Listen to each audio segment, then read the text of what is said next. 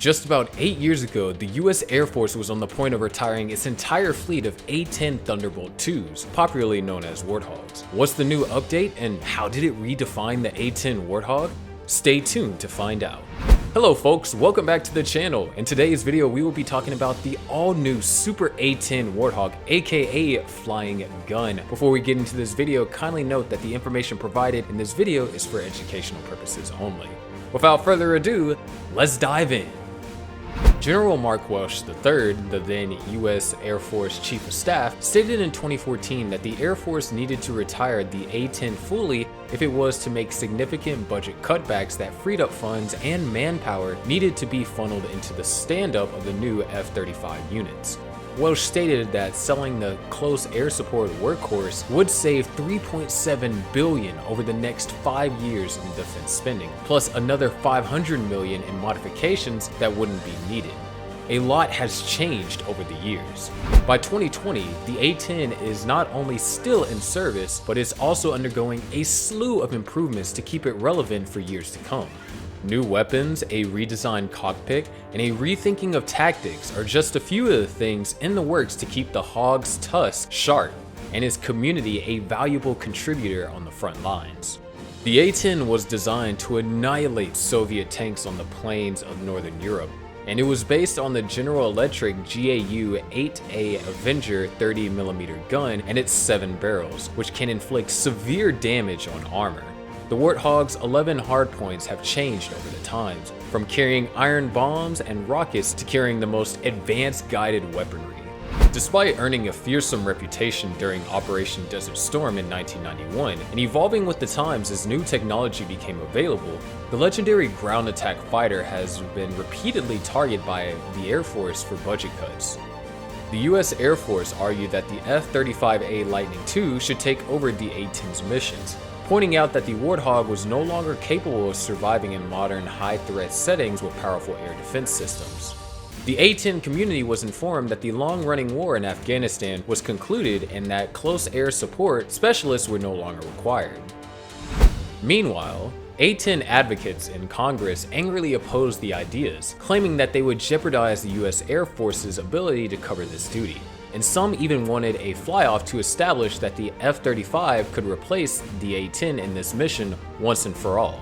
In 2014, as rumors of retiring the A-10 intensified, Operation Inherent Resolve, the US-led mission to dismantle the so-called Islamic State in Iraq and Syria, was ramping up quickly, putting pressure on the US Air Force to increase its participation in the expanding fight.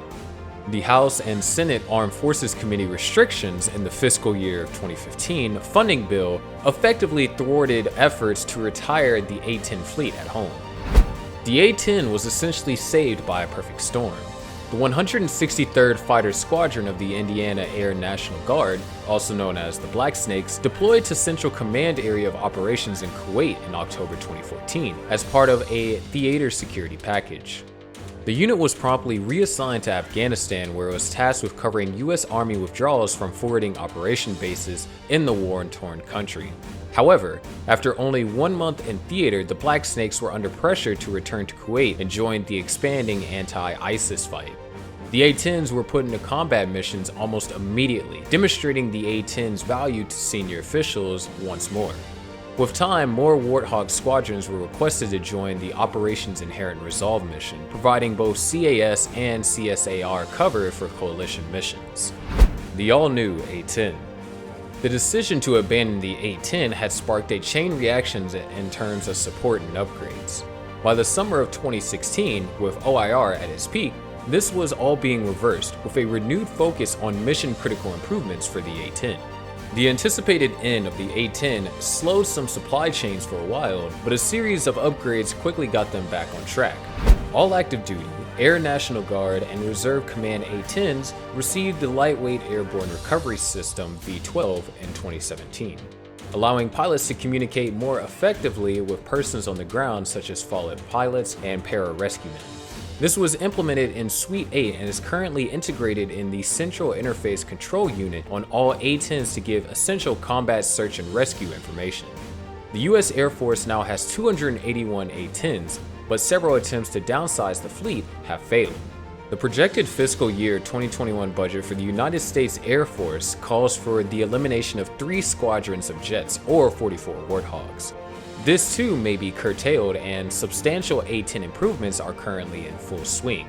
They are currently working on a number of tactics development and evaluations to meet Air Combat Command's Tactics Improvement Proposals, or TIPs.